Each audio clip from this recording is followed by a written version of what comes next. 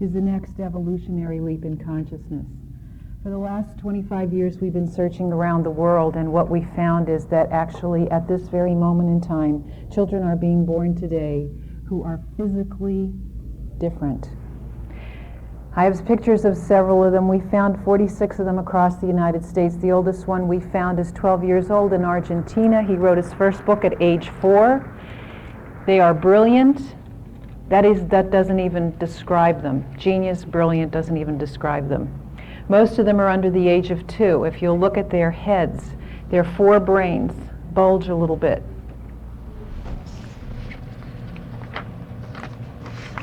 As soon as I find the rest of the pictures here, here it is.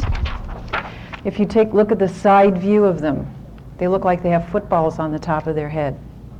They speak at age 3 months. They communicate with their eyes. They're telepathic. They have extraordinary abilities. They can write, they can read, they can do music, they can do all kinds of things, and they're very diversified. When they have hair, it's a little bit more difficult to see them.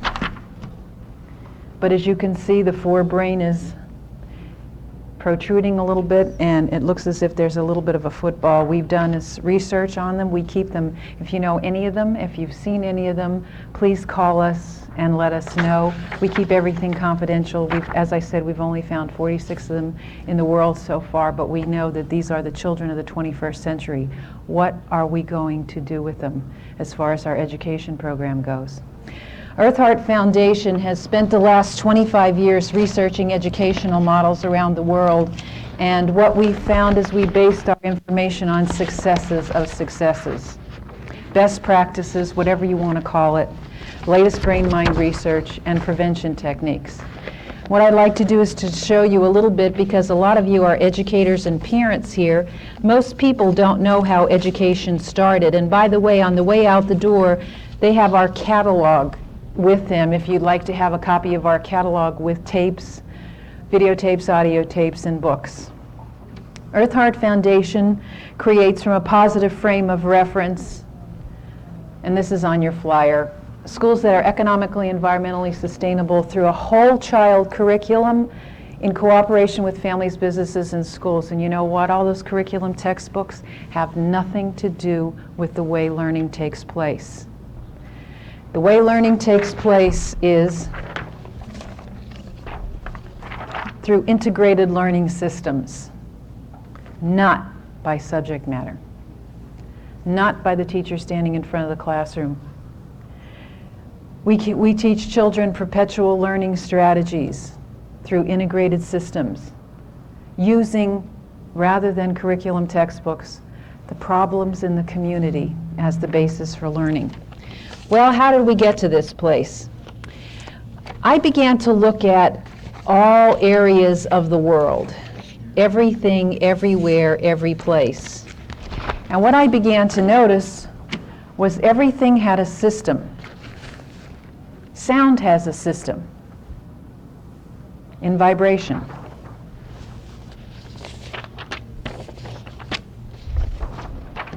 Symbols have systems.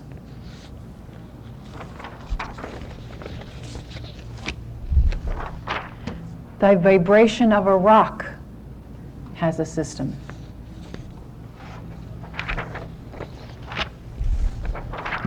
A beehive has a system.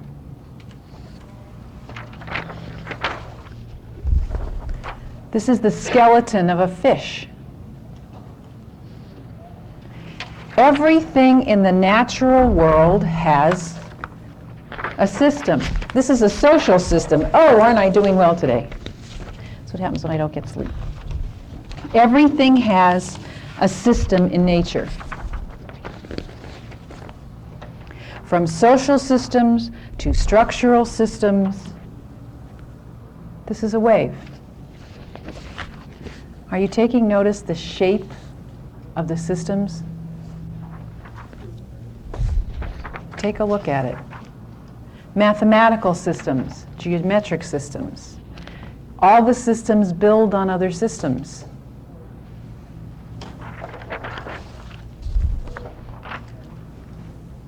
We wouldn't have structures today if we didn't have systems that built on other systems. And these go on and on and on and on until we finally come to the earth itself and the tides.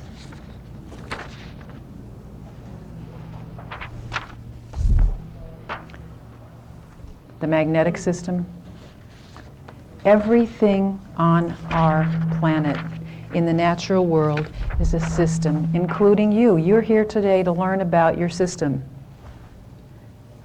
What we have come to know is that children learn relationally through systems. They must learn about their bodies, their minds, their spirits, their emotions, the environment, symbols, energy, and perception. Those are all the systems that exist in our material world. When a child learns through systems, the subject matter falls into place. For example, we have thought for all of these years that when we teach a child about mathematics and English and social studies, somehow magically, after 12 years of learning, they're going to put it all together. Well, guess what? The brain doesn't work that way. Not at all. I'm going to take you through a little bit of a train here. Does anybody know what the history of education is and how we got to be where we are today? Well, education started in 1893 when 12 people, college and university presidents, got together, and out of the chaos of the 1800s, everybody was trying to go to college. But when people, and only 15% of the population went to college in those days, and when they went to college, they would come with 10 credits in English and 5 credits in Greek, and if they came from another school, they might have 5 credits in English and 10 credits in Greek, so there was chaos when they went into college. So the 12 college presidents got together and they said, we've got to standardize things. And lo and behold, magic out of a hat, they picked 5 core curriculum, English, social studies, science, mathematics, and language, and said, this is going to be our standard. From now on, everybody has to learn this. No scientific data, no research, no nothing. And where did they get the system from? But it was from Catherine the Great in 1616 who created this. And why did she create it? To make good factory workers and soldiers.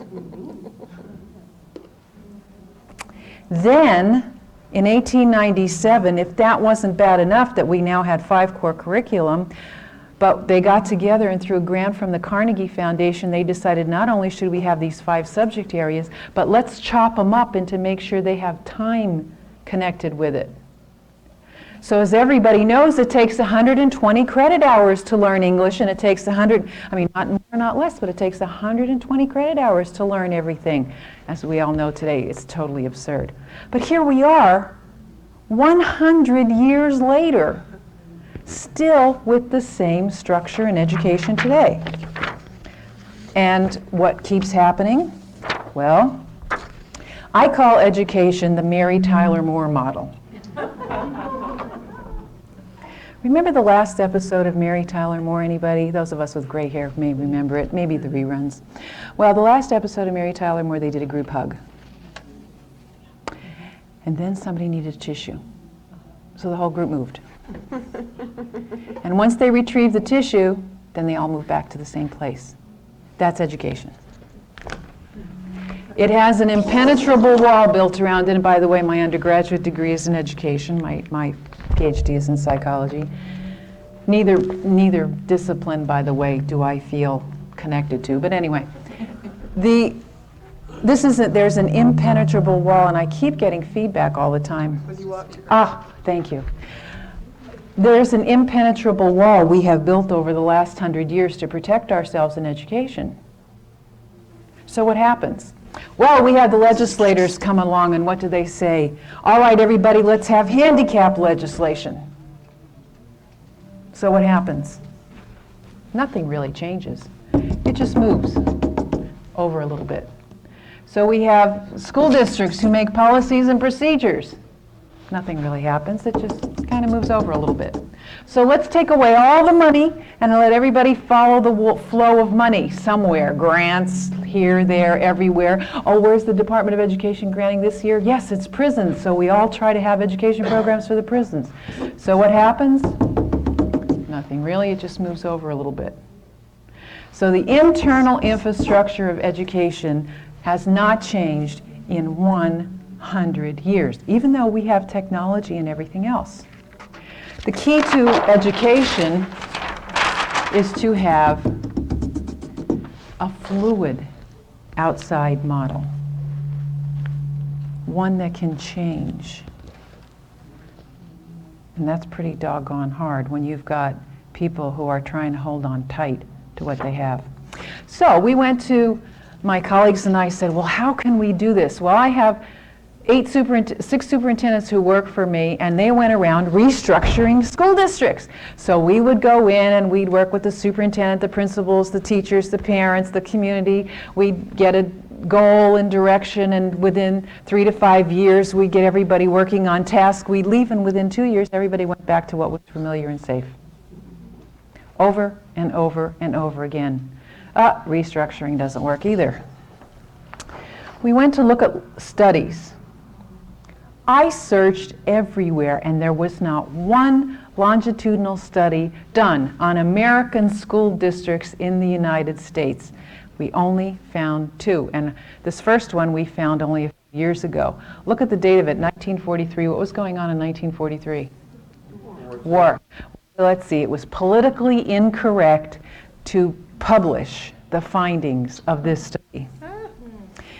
It was not, I'm sorry, the way this is and the way the thing is here are 2 different things. The 8-year study was not done by 750 students, it was done by 3,750 students. And in those, what they did was, of course it was lost amidst the political climate. They took 300 colleges and universities, agreed to waive the usual 5-core curriculum and units of requirements for admission for 5 years. The results were based on an analysis of the performance of the 3,700 students. The outcome concluded that core curriculum and credit hours decreased student learning by substantial margins to the control group. That was in 1943. Now, if anybody knows anything about Ted Sizer, that's our second study that we studied. Ted Sizer started the Essential Schools movement. And what Ted Sizer found, he went across the United States for 5 years interviewing teachers. And he found 3 books. These are the 3 books that were published that reflect his findings, which are, we have very low expectations of students. The curriculum has not changed since 1940. And we're doing a disservice to our children. Here we go again. So what happens to this study? Same as the last one. Shh, we don't want anybody to know about it. Well, my colleagues and I decided, you know, there was something special going on in the 1800s that produced the most incredible minds in the world. Let's go back and look at the textbooks. This is the McGuffey. By the way, what was the first reading book in the schools in the 1800s? Anybody know? No, before that. Sears Roebuck catalog. In the 1800s, this is a primer, a 5-year-old. Look at it. Pictures, real world. Skills, unbelievable. Sentence structure, morals, character, value building in every single story. Here is 2nd grade reader. Again, high skills, real world, stories, morals, character building. We looked at the McGuffey reader and compared it to the reader of today. The first grade McGuffey reader equals, guess what grade today? You got it, 5th grade. That's how low our standards have become. Take a guess at, this is a spelling, well, it would be. This is a spelling book. Guess what grade this is? Take a guess. 2nd. Math book. Guess what grade it is? Real world math, mercantile. Everybody who graduated at 8th grade could have run their own business. What grade is this? Are the age equivalents the same? Yes. 2nd grade. Here is a test. 8th grade entrance exam. 8th grade entrance exam. Take a look at it.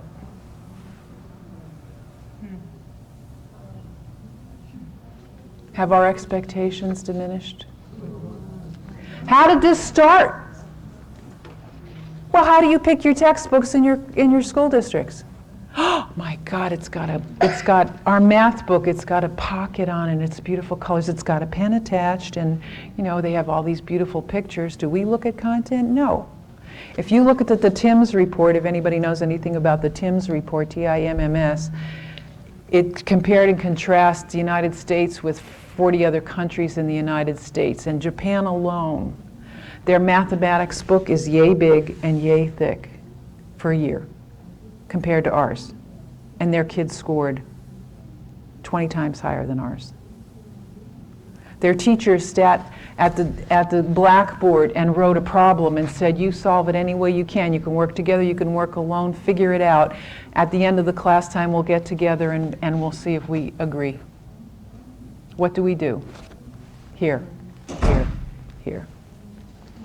We went to business and industry. We said, what do you want, business and industry? And here's what they told us. Do we teach to this? Of course we don't. Believe me, I have offices in 3 states. In the state of Pennsylvania, I have gone through 3 secretaries in 6 months.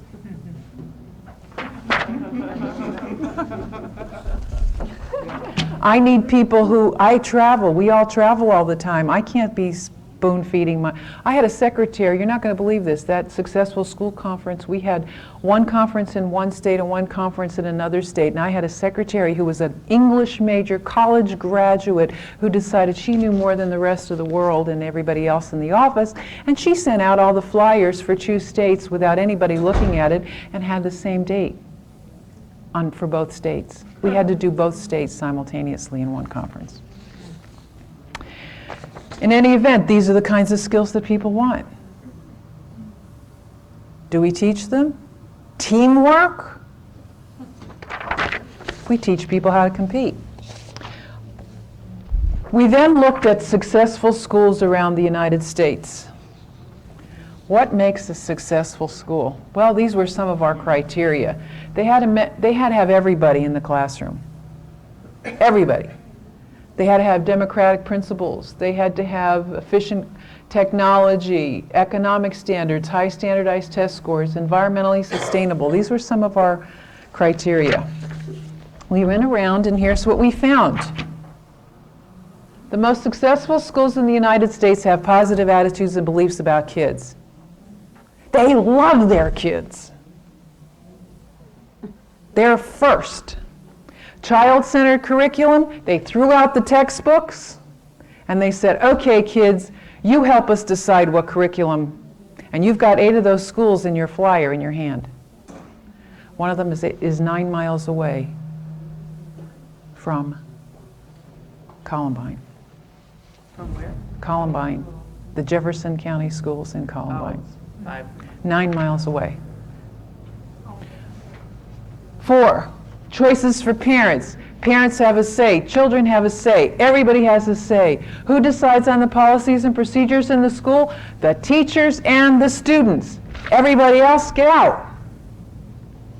Stop, legislators, stop legislating. School boards, stop telling kids what to be learning. Let the kids guide their own learning process because everybody learns differently. We're teaching kids from the neck up. They don't even know their bodies from the neck down. They don't even know how they work. They sit in front of a television, in front of a computer all day, and people standing in front of them all day. They don't move. And we've known for 50 years that we have to address the psychomotor, the affective domain, and the cognitive domain. And we don't even do a minuscule of the cognitive domain. We make kids sit like this when we know the way learning takes place is if they're moving. So what do? We create diseases for natural movement. What's ADD? ADD is kids who don't get enough attention. That's what it is. We have made up in the last 25 years, and this is my profession, 3,500 new psychological diseases for kids that are equal to normal, everyday behavior, just so we can control them with drugs. Let me tell you some statistics that are coming up very shortly. Within the next 5 years, 50% of all the teachers in the United States are about to retire. In the entire United States. Within 10 years, the population of the United States, for the first time in our history, there are going to be more senior citizens than there are children. Twice the number. Of those children being born in the next 10 years, 57% will be born to single mothers, single teen mothers. And we know statistically what happens with single teen mothers. They have a lifelong poverty, low intelligence. What's happening to our population? And what are we worried about? I was in Washington 2 days ago, and I watched the president of the board of the school board of Washington, and he said, there was the 32% dropout rate in Washington, D.C. And he said, and what we need to do is to make parents responsible. So we're going to arrest all the parents if their kids don't come to school. Duh! We know that the internal structure, it's the structure of education that's making them bored. The successful schools in the United States have less than 250 children in less than 300 children in every single school. When you have 2,000 kids like you did in Columbine, they become a number. They have no identity. Nobody knows anything about them. We need to deal with the emotions of a child, with the spirit, with their souls. Go drive down Philadelphia or any major city and you'll see the souls of every child up on the walls, on graffiti. There's my name. Here I am. Yoo-hoo, everybody. Pay attention. But what do? We keep making bigger schools. And we cattle them in. You know, you're learning about spirituality here and food and all that kind. We are what we eat. Go sit in front of a school when school is letting out. It's like cattle, you know. The buses, they're almost the same color as the cattle going out, coming back in, you know. Successful schools have experimental learning. Kids are hands-on. They're walking around the classroom. There's chaos. They're talking. You should hear the questions they ask. And I take trips to these successful schools around the country. I take school districts to these on-site visits. They use play. Excuse me, but the art of play is dead in America. Why do we have 3, 4, and 5-year-olds in front of a television instead of pulling off the pillows on the couch and building structures and dolls with plastic and skinny and, you know, all that kind of thing, instead of without faces, and let their imagination go and let them. The art of play is how you build neurons in the brain. That is what the purpose of play is. If I told you what was going on in America today with the child's brain, I hope I get to it anyway. Portfolios is a measurement tool. Every successful school in the United States and public schools I am talking about does not have grade point averages, does not give out report cards, and does not test children. They use creative assessment tools. And every one of their children, for example, the alternative community school in Ithaca, New York, 100% of their students go on to college, even the mentally challenged. Teachers have worldly experience, integration of all students. They don't need specialists in successful schools. They have the kids do the stuff. Peer counseling. Ithaca, again, I'll go to that, I'll use that one over and over. Ithaca, New York, alternative community school. No support staff. Most successful schools, no support staff. You know who does it? The kids. They clean the school. They cook the lunches.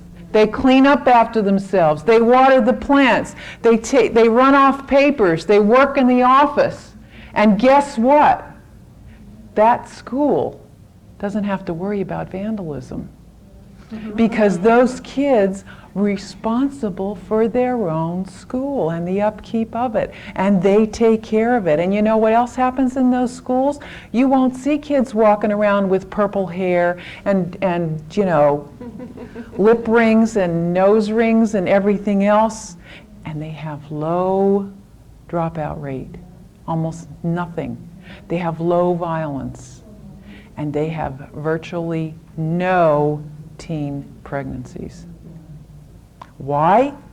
Because they have an identity. They all know each other, the teachers know them, and they all respect each other. You know, we're the only, it floors me in the United States. We become obsessed with our tools, you know? We have textbooks. We become obsessed with textbooks. We get computers. We become obsessed with computers. We get tests. We become obsessed. What carpenter do you know with his hammer glued to his hand and he walks around glued to his hand? I mean, that's what we do in this country. We become obsessed with everything that comes down the pike that's new. Instead of using as a tool, it becomes our obsession. In successful schools, all of that is in another room somewhere else that you can use as a resource. But it's not in the classroom. Education is conceived of as a privilege rather than a right. Every successful school in the United States has a lottery to get in. And the lottery is conceived of children from every single background. It's commensurate with the community. In other words, if there's a lot of children who are low income, then the majority of the lottery comes from the low income population. At risk, they're all in the school together, and they all support each other, and there's not one label that says who is who. I took a group up to Ithaca, and the principal teaches in every one of these schools, by the way, and the principal was teaching a class on brain research, believe it or not, to, quote, 10th, 11th, and 12th graders.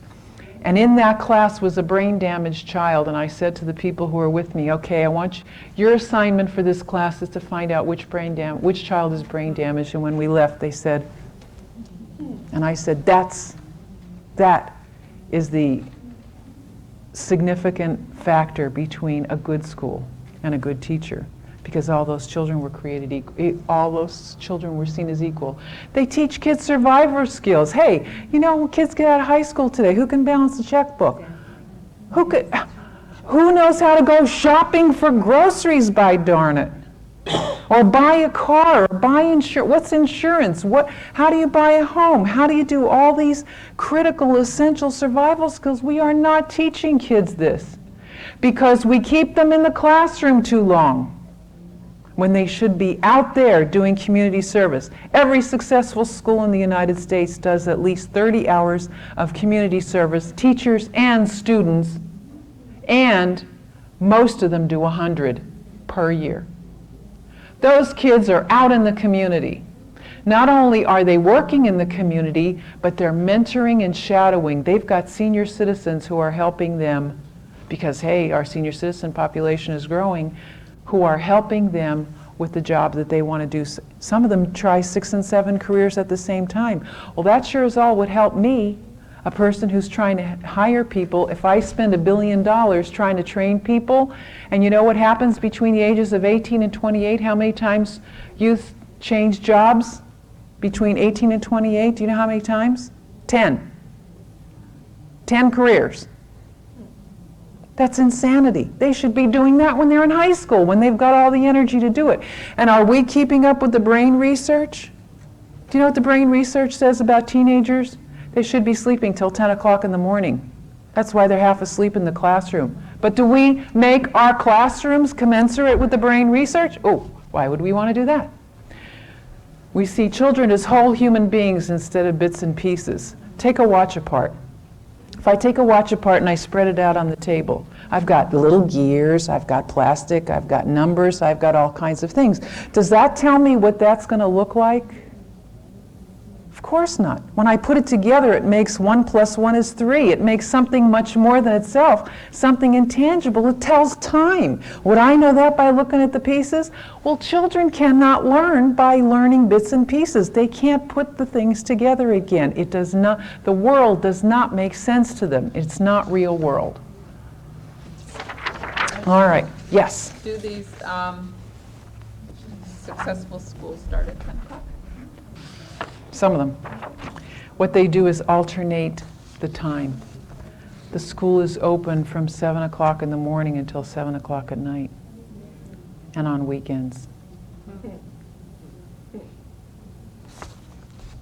And it's a community school, so the kids walk.